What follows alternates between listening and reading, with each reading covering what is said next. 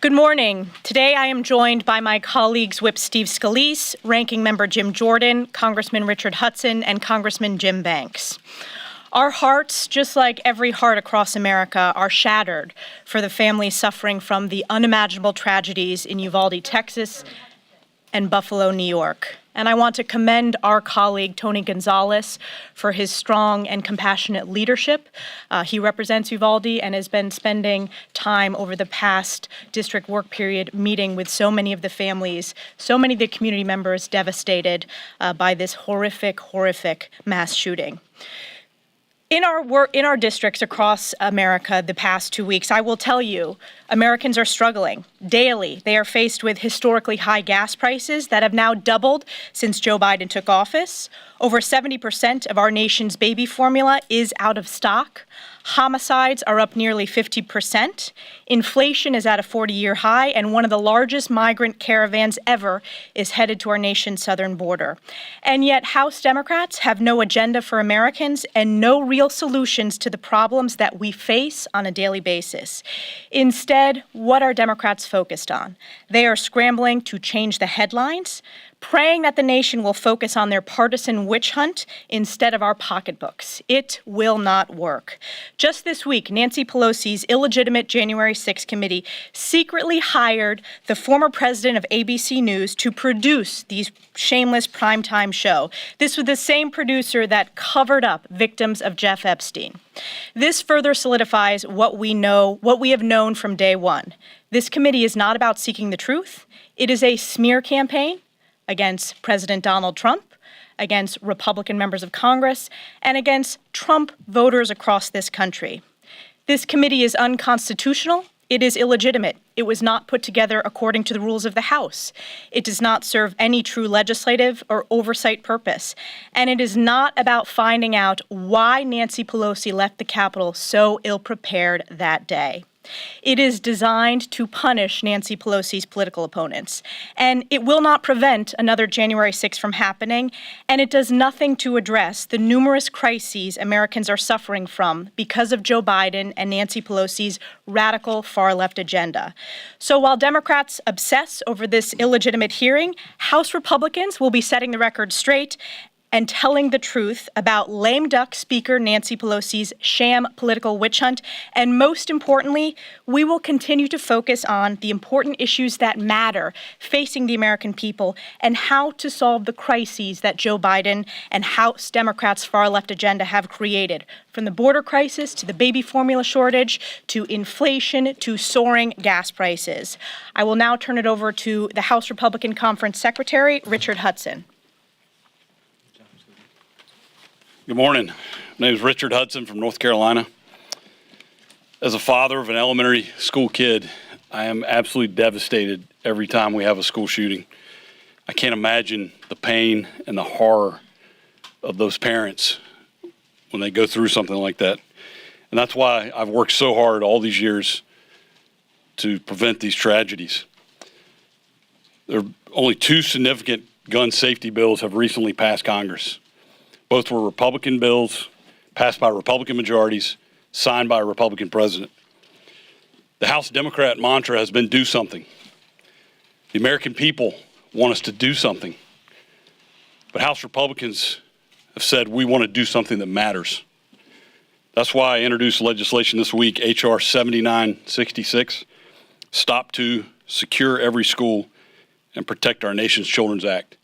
This bill would put $1 billion into grants to hire school resource officers, $1 billion to hire guidance counselors in schools, and $5 billion into the Stop School Violence Act to harden schools, to provide training on active shooter scenarios for law enforcement, and to help school officials and students learn to better engage, identify, and students who are in trouble before they reach a breaking point in these schools. That's $7 billion paid for with unused COVID funds. Republicans have come to the table with real solutions. We have 12 pieces of legislation we've introduced this Congress that would all address this issue. House Democrats have shown no interest in coming to the table and talking to us about these solutions. Instead, they're exploiting these tragedies to advance their radical gun control agenda. The bills on the floor this week would have done nothing to stop any of these tragedies, and they will never become law. I look at all the newspapers today, Punch Bowl, Washington Post, every single one of them says that not a single one of these bills is going to become law. The Senate is not even going to take them up. So why are the House Democrats doing this? They're doing this because they want to do something so they can say they did something. They want to do something to change the political narrative in this election this fall. And I say shame on the House Democrats. Do you realize that today they're bringing an 11-year-old girl here who 2 weeks ago smeared herself in her classmates' blood to try to fool the shooter in Uvalde? They're bringing in parents who 2 weeks ago lost their children, and they're having them testify.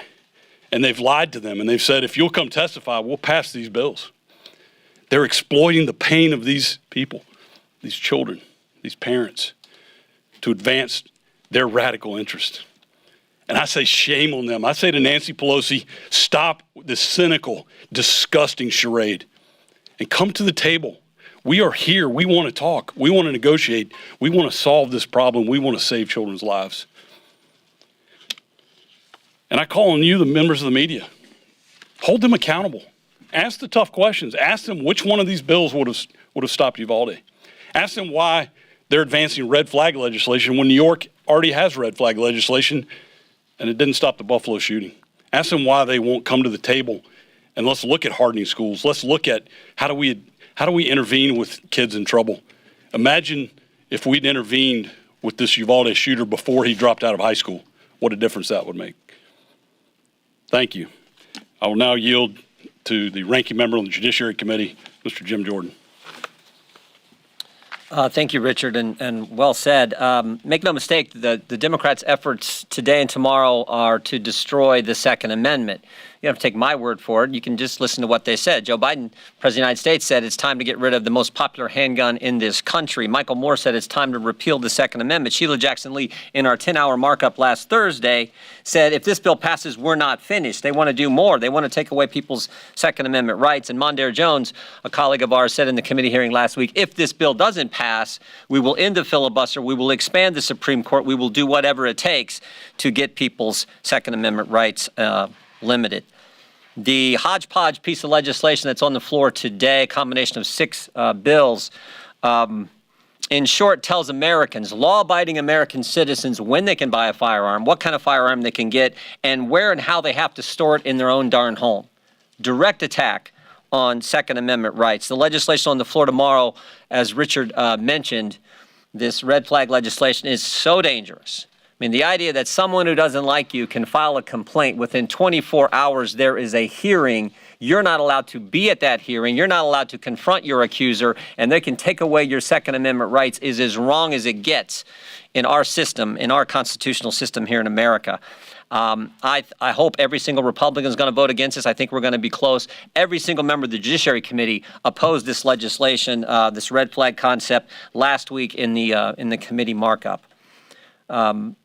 Regarding January 6th, I think the goal has been stated. Mr. Raskin stated it. Their goal is to end the Electoral College, and their goal is to stop President Trump from running in 2024, plain and simple. And as Elise said, they're so focused on this, they've hired the former president of ABC News to produce their partisan documentary. And who is their first witness? A documentarian. So this tells us how political this thing is. And as Ms. Stefanik mentioned, I think the American people have figured it out. But their focus on attacking their political opponents is so strong, they don't care about the rules. They didn't follow the rules, how the resolution that says how you're supposed to form this committee, they didn't follow those rules. First time in the history of the Congress that the minority leader was not allowed to put on a select committee the individuals he or she had selected. First time in the 232-year history of our great country. And of course, we have caught this committee altering evidence and lying to the American people about it. And maybe the worst is when they put on their hearings, there is no cross-examination. Every single hearing we have in this Congress, the majority party can have more witnesses. The majority party is going to have more members on that committee, but the minority party always gets a chance to cross-examine the witness. Even in the crazy partisan impeachment they did in 2019, where Adam Schiff held the depositions and the meetings in the bunker in the basement of the Capitol, even then, there were Republicans in the room and we could depose the witnesses. And of course, in the open hearings, we could cross-examine the individuals the Democrats brought in. Not so here, which just, again, underscores how partisan this effort is. I think as our conference chair pointed out, the American people see it for what it is, and they understand the real issues that are impacting them every single day. I would now yield to the guy who was supposed to be the ranking member on this committee, if it functioned according to the rules, my friend and colleague, Mr. Banks. Thank you, Jim, and good morning to all of you. Before the sham investigation even started, Speaker Pelosi blocked me and Jim Jordan from investigating January 6th. She discredited the sham committee before it even started. So you have to ask the question, why would she do that? Because it isn't only a partisan witch hunt, it's an attempt that we now know, based on reports over the weekend, that the committee is being used to advance the radical Democrat agenda that includes abolishing the Electoral College. But it's also a cover-up. Speaker Pelosi blocked us because she's afraid of what a real investigation would uncover. She doesn't want Americans to find out what really happened on January 6th and leading up to it. And she doesn't want anyone asking questions about her role and her responsibilities in securing the United States Capitol. That's why the committee is refusing to answer basic questions about January 6th. In fact, blocking these questions from even being asked. Questions that must be answered to keep the Capitol safe and to prevent another riot or incident like January 6th from ever happening again in the future. What questions am I talking about? First of all, Capitol police officers we now know were half-staffed on January 6th because of COVID. How is that? 2, why were our Capitol police officers under-equipped?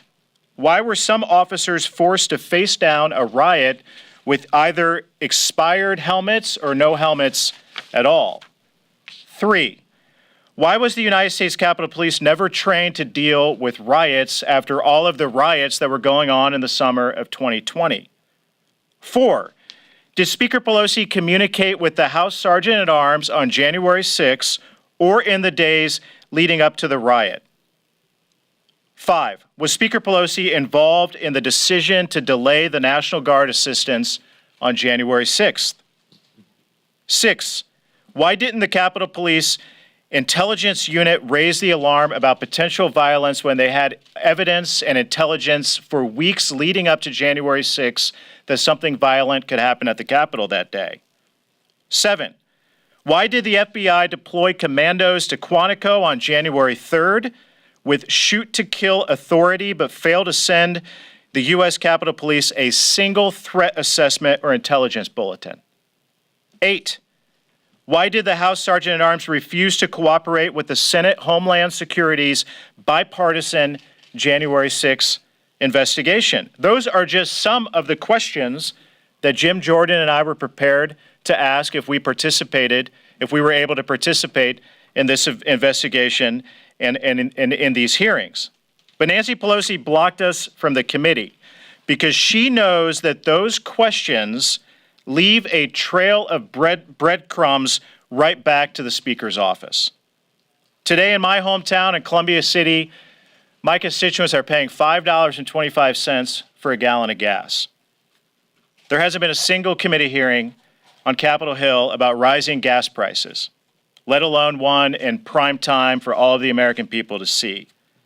But the American people are sick and tired of what they're getting out of this Pelosi and Democrat-led Congress. They're tired of the theatrics. They want their congressmen and women to focus on the issues that matter most to them, but instead this is what we're left up to. It's a shame, and I believe that it will backfire big time on these Democrats as we near the election to come. With that, I yield to our whip, Mr. Scalise. Thank you, Jim. My prayers continue to be with the victims and their families in Uvalde, Texas. And we all have the same heartbreak when we see something like that happen. What we saw, unfortunately, in the minutes and hours after, by some people here in Washington, was a movement to promote their political agenda on the heels of that tragedy. And what they were talking about the night of the shooting was trying to get Congress to move a bill that had passed the House, a gun control bill, H.R. 8, that would have had absolutely nothing to do with the shooting, instead of focusing on some fundamental questions that ought to be asked every time there's a tragedy in this country. Why did it happen? And are there things we can do to prevent it? And I go back to September 11th, because on that tragic day, the country made a clear realization that dots weren't being connected. Terrorist attacks were happening, and the country didn't have the right focus on the fundamental core problems that were creating those attacks. And airplanes were used that day as the weapon to kill thousands of people and to inflict terror on our country. There wasn't a conversation about banning airplanes. There was a conversation about connecting the dots. How can we try to figure out if there are signs we can see to stop the next attack from happening? And some people might have thought that wasn't possible. And yet, because Congress came together and focused on the root cause of the problem, thank God we have been able to stop other attacks on our homeland. And there have been many attempts. But because we put the focus on connecting the dots, we were able to stop them before they happened. That's the focus we need to have. Whether it's school shootings, we saw the other day in Berkeley, California, there was an attempt for a student to blow up his high school. Luckily, another student got wind of it and tipped off authorities. And the authorities were able to use due process of law to go and arrest that student. So the attack never happened. Our focus needs to be on that kind of prevention, that kind of intervention, what Richard Hudson was talking about. It's things like hardening schools. It's things like mental health counselors. It's things like helping teach other students the telltale signs, because we've seen in so many of these mass shootings that many students knew this was going to happen before the event. Maybe they didn't think it was real. Maybe they didn't know what to do with that information. But they knew that that student was going to do something. And unfortunately, up here this week, today and tomorrow, you're going to see a lot of bills that are attempting to take away the gun rights of law-abiding citizens, not to focus on those core fundamental problems. You had 8 AR-15s in the 1960s. You didn't have those mass school shootings. Now, I know it's something that some people don't want to talk about. We actually had prayer in school during those days. We had other things going on in our society where we took a different approach to our young kids. And let's look at that. These are tough conversations we should be having that we're not having about why we're seeing more young kids go astray. But instead of that, all we see is a rush to go take away the rights of law-abiding citizens to have guns. And it's not just rifles. You saw President Biden himself the other day talking about going after handguns. And yet, every day in America, people use guns to protect themselves. There are record numbers right now. Millions of Americans buying guns for the first time because crime is out of control in America. It's not just in our schools, it's all across our country. When the defund the police movement started, well, you have DAs now who won't even prosecute criminals at certain levels of crime. They wait until it becomes a really violent crime. They're letting criminals out on the streets, and lo and behold, we have more crime. So citizens in every community, African-American communities, Hispanic communities, Asian communities, are saying, if the government's not going to take care of their job of keeping our community safe, we're going to do it ourselves by exercising our Second Amendment rights and buying a gun. Millions of people, first-time gun buyers last year. And to just discard their rights, number one, is unconstitutional, but it's ignoring the fundamental problem that's going on right now. And so it's a shame that that's not where our focus is fixing and addressing those fundamental problems. But we as House Republicans are going to keep pushing to do that. We're going to force votes on Richard Hudson's bills that would actually get to some of those fundamental questions, as opposed to bills that in states across the country like California, taking away 18 to 20-year-olds' right to buy a gun was ruled unconstitutional by the Ninth Circuit Court of Appeal, of all places. Red flag laws where they don't even have due process, which is enshrined in multiple parts of our United States Constitution. That's the road the Democrats are going down, and it's a shame because it ignores addressing the fundamental problem. So there's obviously other things going on. This January 6th commission, as my colleagues talked about. The idea that Nancy Pelosi continues to politicize January 6th while ignoring things like high gas prices, inflation that's out of control, a border crisis that has brought not only millions of people into our country illegally, but fentanyl. You want to talk about deaths among young kids? Thousands of young kids have died from fentanyl that's come across our southern border last year alone. Over 100,000 Americans last year died from the opioids that are coming across our open southern border. We can do something about that today.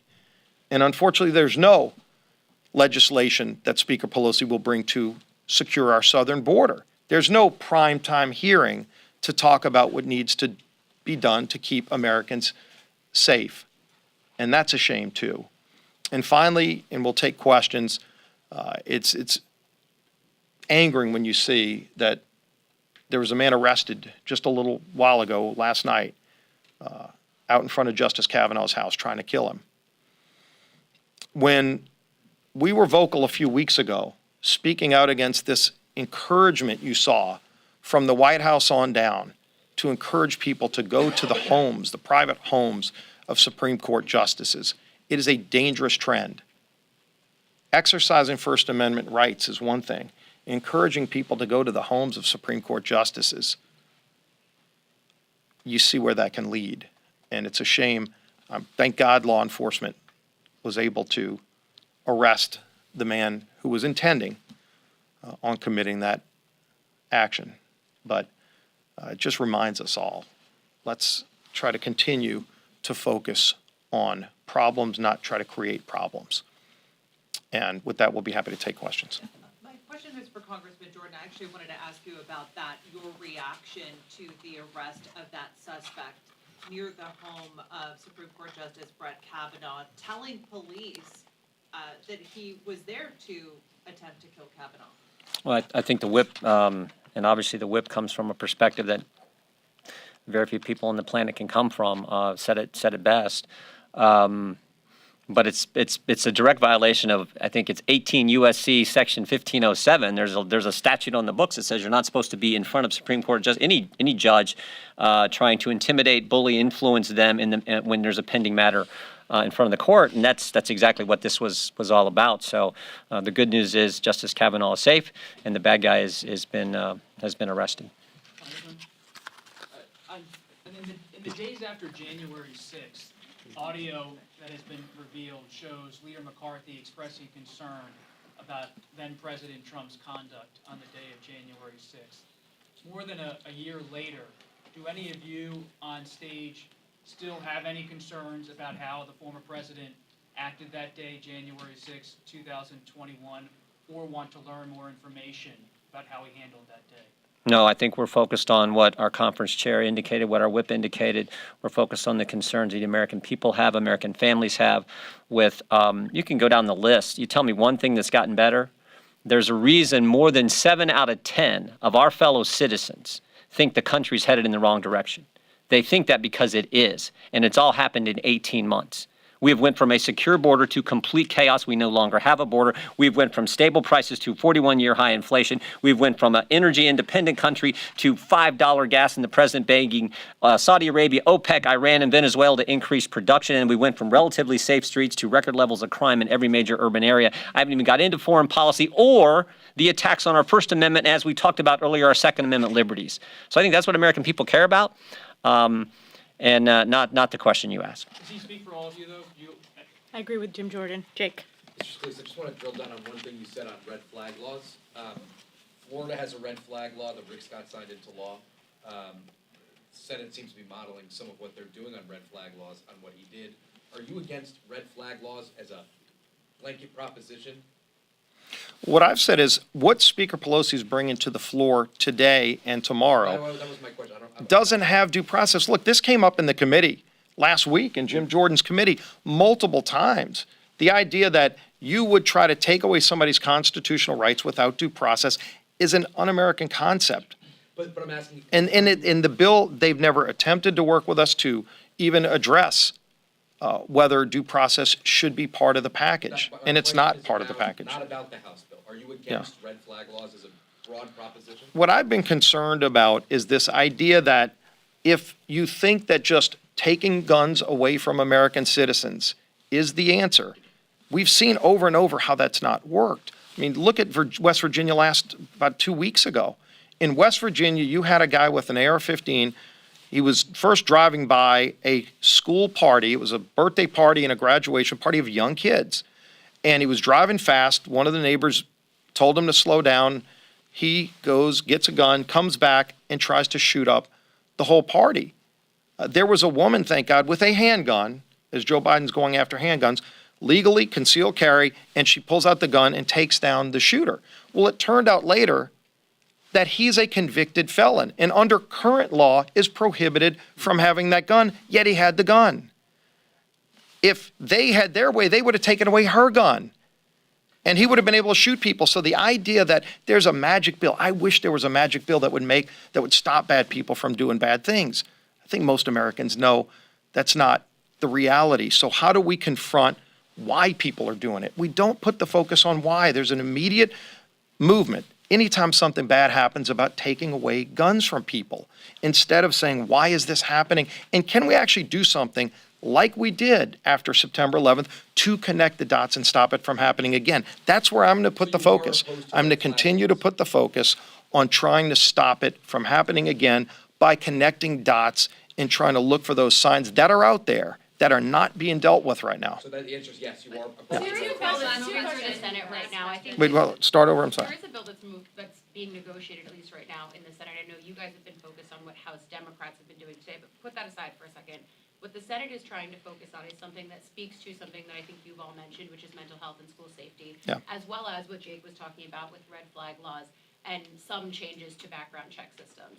Is that something that you could see any appetite among your members for if the Senate ultimately comes out with that kind of a bipartisan negotiation? And we're not part of the Senate negotiations, and But you've heard we've heard a lot of things that they're talking about. If they can come to a consensus, we'll surely look at what they do have. But like I said, in the meantime, we have been working on some things ourselves that are focused on confronting the problem. What Richard Hudson has done is focused on confronting the problem. There are other things that are being worked on that confront the problem too, that focus again on the root causes of the problem. If that's where the Senate goes, let's take a look at it. But again, in the House, that's not where they're going. Their immediate rush is to just go take away guns from law-abiding citizens, and that's not something we support. Yeah, final question in the green right there. For the legislation today, we're going to see 7 individual votes on the titles. Now, you've been whipping against the package as a whole. Are there any individual titles that are coming to the floor today that you think your caucus could support as an individual bill? We know some members of our caucus do support some of those components. You know, where they are in final passage is what we whipped against. Thomas Massey has some language in an amendment that we support that would at least get some more data out there that I think would be helpful to use, and we support that amendment by Thomas Massey. It's the final package that we're whipping against. And again, some of our members may vote for individual pieces of that bill, but ultimately vote against the final passage because there are a number of unconstitutional measures that are part of that as well. So it's going to be a full week. Thank you very much. Mitch McConnell, the same questions you have for